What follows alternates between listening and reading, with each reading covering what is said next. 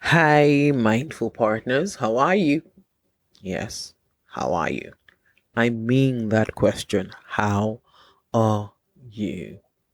I may not be able to hear your answer, but I truly hope you answer that question for yourself and to yourself. With the euphoria of the second half of the year that hit us last week, and the month haven't started on Monday, and all that is going on in the world's economy or with the world's economy. And if you're Nigerian, maybe you should dial what's going on in the world up by another 10%, and you might just be there. So, like I said, I may not hear the answer to that question, but I truly hope you take time to truly answer that question for yourself. And then maybe pick a journal or open the note app on your phone to pour out your heart to yourself. You might be asking me, you might be asking, what would that do for me, to Michelle? Maybe what that would do for you is just to help you sit with yourself and explore the happenings in your life. Hell no, I'm not asking you to sit with the negative, but from the negative does come the positive if you do the work well. What I'm suggesting is that you be your own friend and then find the strength to be conscious and brave with emerging you, and that can serve you for the remaining half of the year. So, talking about friendship, in the last 2 weeks, I have come across a couple of reels on social media that has forced me, that have forced me to take stock of how I define this ubiquitous term, most especially as the term friend is, in my opinion, what gave Facebook some connection leverage. Simon Sinek's musing on friendship stood out to me, and Sahil Bloom's also piqued my interest. Simon Sinek's appearance on Diary of a CEO, hosted by Stephen Butler, threw something up about what makes a good friend. And he went on to say, yes, he knows that they're fair weather friends, but further, then goes on to say that there's something called the foul weather friend. I don't think I'm capturing this well enough, but hear what Simon says. Like, what makes a good friend? Like, I don't even know if we have a definition of that. I've been asking people. And somebody said to me, well, somebody who's there for you to support you in the hard times, that's a real friend, right? And I got thinking, and I talked to somebody else. She has a friend who she calls Mr. Schadenfreude because he seems to love when things go wrong. So in hard times, he's always there. He's always there in hard times, gives the shoulder to lean on, he's giving advice. But in good times, he's nowhere to be seen. And so what happens is it creates this horrible sort of codependent relationship that you want to keep the hard times because that wonderful human being is always there, so you never want to let go, and you become codependent. And so you realize that there's something called a fair-weathered friend who's only there in the good times, but be equally cynical and suspicious of the foul-weathered friends who's only there in the hard times because somehow it makes them feel good about themselves, but they're not there for the good times. And so you realize what's the value of good time versus bad time. You and I have friends that in hard times we would call them, but I would bet money that you have even fewer friends that you want to text out of the blue and say, I won an award. Right? Think about that. Like, if something goes wrong, I've got a group of friends, I've probably got a dozen people I could say and say, I need your help. Things have gone horribly wrong. I need your advice. But if something amazing happens to me, that number probably shrinks down to 4. That I'm going to text out of the blue and go, something amazing happened today, and not feel like I'm bragging, not feel like I'm trying to overwhelm them or prove them that I'm better than them, but knowing that they will be so happy for me. And so I've started thinking that maybe a friend isn't just the person who's there for you in the hard times, but the person you can go to in the great times. Whoa. And after I listened to this, it really, really made me sit down and I began to question how I define relationship. If you have followed mindfully with Tumishe Singh's Inception, you know that the first 3 episodes or 4 episodes was the one with Din Relay and the one with Ola.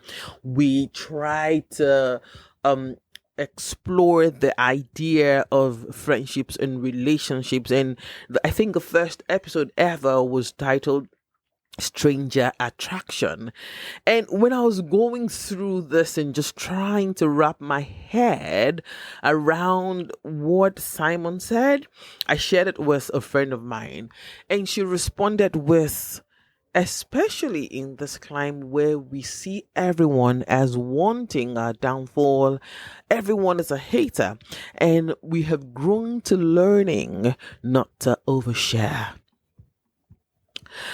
And I took a breath. I said, okay, this is so true. Now, for those who don't know, let me give some flesh to this seemingly cryptic response that my friend threw at me. I do not know much about other tribes or culture, but I'm a Yoruba girl, Ondo to be precise. I was somewhat trained and domesticated to see good news as something that shouldn't be shared with people because you don't know who is truly happy for you. My question has always been the definition of people. Yes, even when I was a child, who are the people that you're trying to tell me not to share anything with? Because even family members, where you got it, people.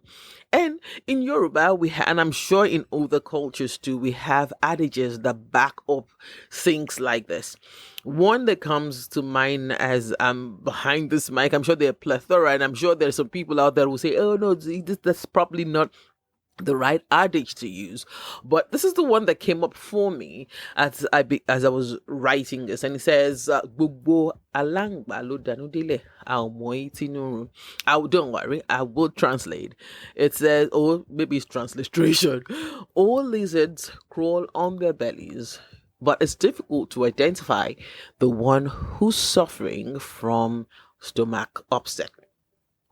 Another one, and this always throws up a very interesting picture for me because I've been on farms. Well, I've planted and grown yams before. Yeah, thanks to my dad. So this particular adage I have a clear picture. It says, "Be shweni bata and for boning," and I'm like, how? So let me let me translate that. It says, when I hope I get this right. When your yam is sprouted enough to be harvested, then you should cover it, meaning your good news should not be plastered. That's the way I'm interpreting it for the purpose of this conversation. Should not be plastered everywhere. Again, very funny picture, because depending on how big the yam is, how do you cover it now? While I agree in principle that there is some wisdom to these sayings, on further exploration, these sayings low-key give the vibe of and we're going to be living in mutual suspicion. It breeds a culture. That's what I'm looking for. It breeds a culture of living with mutual suspicion. I concede that it's a delicate balance to want to overshare or undershare, or who to share with, or all of that. But the question this is throwing up for me is, how do you dance on that thin line that it does not affect your mental well-being? Because when you do not have that psychological safe space to be, how then do you build a sure tribe that will be very happy for you without the fear of them thinking you are bragging or coming off as insensitive? And vice versa, that somebody's sharing with you and you don't feel that they are bragging or coming off as insensitive and all of that. The art of not sharing good news, if you ask me, has become more prevalent. It's always been in the culture, but it's become more prevalent with the jackpot season that's going on in Nigeria right now. Jackpot means relocation, or emigration, more like it, more appropriate. It is further entrenched that you cannot tell your story to anyone. And I agree. It is true. You cannot share your story with everyone. You have to be careful who you share your story with and what the feedback is going to be like, or how they're going to respond or receive your news. However, how do you expect that a thread in the cord of a supposed relationship won't sever when you hang out with a friend the night before and then discover about a month later that the jackpot, meaning that hangout that you guys had that night, was a sort of sent forth, but they were not safe enough to tell you that they were emigrating? How heartbreaking is that? Yes, I don't have to tell everyone, but if I consider you friend enough to gather you to be in the same place for us to have some form of going away party, and I don't tell you, okay. Why are we afraid to share good news? That is another question that came up for me. And why does bad news seem more endearing? I am not sure I have a good answer or explanation for the good news part, but the bad news part kind of gives a sense of solidarity. Like Yoruba people we say, somebody is looking for somebody that is crying is looking for somebody that will come and cry with them. Right? It comes up as an affirmation that you are not the only one negative things are happening to. So, inadvertently, we have been raised in words, in action, in modeling, conditioned, and domesticated to be able to navigate and celebrate common pain and play down and sometimes downright dismissive of common joy, so that we do not come off as rubbing people's misfortunes in their faces. And I wonder where we got that, because even the scripture, which is my frame of reference, the Bible, that it says, rejoice with those who rejoice and mourn with those who mourn. So I don't know. While I understand the concept of oversharing and its attendant nature, I'm genuinely curious about why we have fewer connections when it comes to sharing good news. I have always survived on connections, not the length of time a person has been in my life, but the quality, the presence has brought to my life. And now I'm not talking about physical presence either. I could meet someone today, like this moment, and I feel so connected with them that I can bare my soul. Yet, there are people in my life who has been there for over 20 years that I'm very weary sharing anything with, good and bad. Yes, good and bad. I'm just weary sharing with them. So it throws up the question, what is going on here? Is it based on energy? Is it based on how I was raised? Or what exactly is the reason why we do not enjoy, or we're not given to openly share good news, even with close friends? Who are your yes friends in life? What is a yes friend? A yes friend is a person who automatically defaults to saying yes when you ask them to be there for you or to do something with you or for you. These are the people that just show up no matter what in your life, whether times are good, whether times are bad, whether you're on the highest high or the lowest low. Your yes friends are the people that are there for you. They show up, they sit in the mud with you, or they celebrate with champagne with you. but you know you can count on them to be there for you throughout your life, throughout the seasons of your life. Those people, your yes friends, are to be cherished because there's so few of them that will come into your life over the course of it.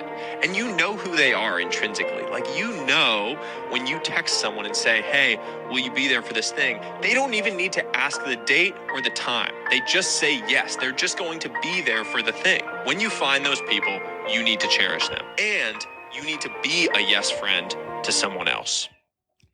So, as I contemplated the plethora of relationship types that Simon's musings threw up for me, a friend shared what Sahil said with me about yes friends, saying we should embrace our yes friends. He has given his context, and that is really perfect. I would want to add, though, that we should also be weary of yes friends. Those types of yes friends that agree with you no matter what, even when you are in the wrong. Their answer is yes. I see the irony that this is springing up, and I'll try to address it on Title Knot. Yes, you need yes friends, as Sahil described.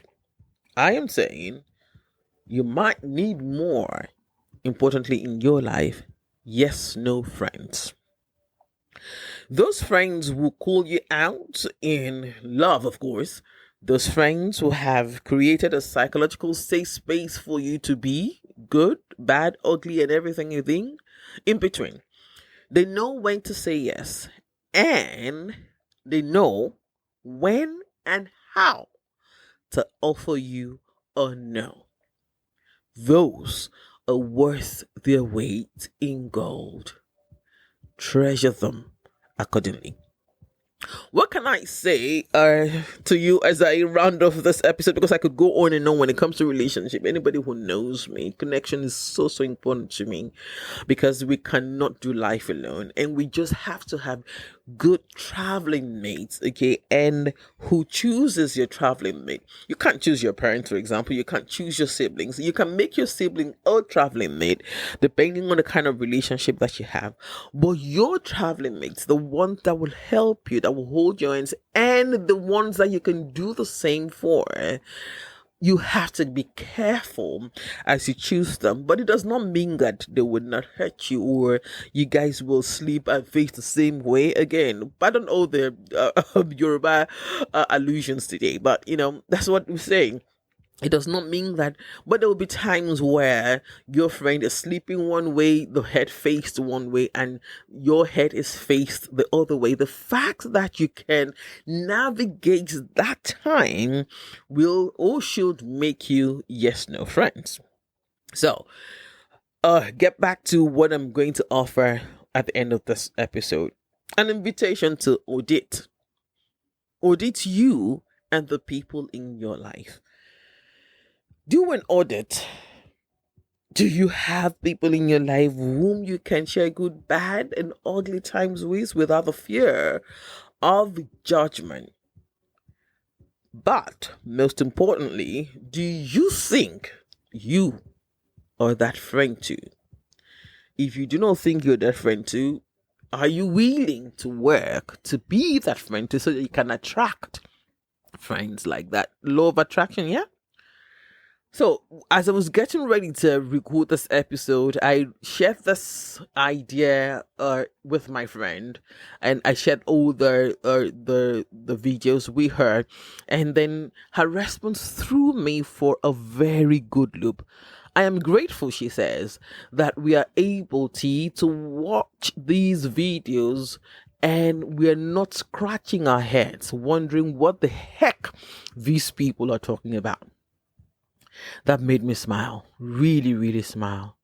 So, do you have a friend that you could share this episode or the reels with? And they will give you a feedback that will bring a smile to your face as you try to navigate the remaining 6 months of this year. Do you? If you do not, will you look for one? Will you be one? This is Mindfully with Tumi Shays for tonight's episode. I'm excited. Thank you to everyone who's been on this journey with me. I totally and seriously appreciate you all. I could start naming names, but let's leave that for later.